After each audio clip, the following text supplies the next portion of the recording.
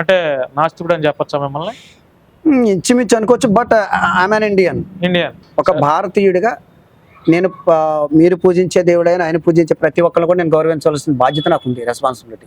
But విమర్శించే హక్కు నాకు లేదు. బట్ ఇందులో ఉన్న ఆయా మతాల పేర్లు చెప్పుకొని ఆయా దేవుళ్ళని అడ్డం పెట్టుకొని బ్రతికే కొంతమంది సన్నాసుల కోసం మాట్లాడడానికి నిర్భయంగా మాట్లాడతారు.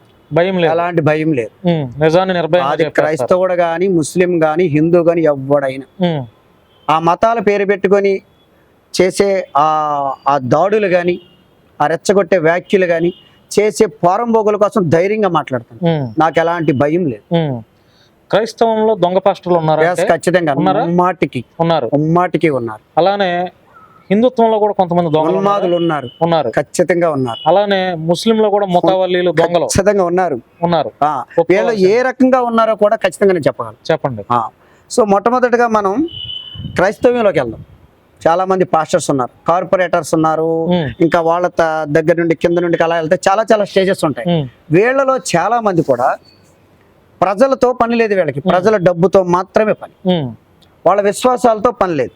వాళ్ళ విశ్వాసంతో వాళ్ళు ఎలా ఉన్నారు ఏంటి, లేకపోతే వాళ్ళ ఇంటి దగ్గర వాళ్ళ పరిస్థితులు ఏంటి, ఆర్థిక ఇబ్బందులు అంటే వాళ్ళు ఎకనామికల్ గా ఎలా ఉన్నారు అనేది కూడా వీళ్ళకి అనవసరం. వీళ్ళకి కావాల్సింది మనీ.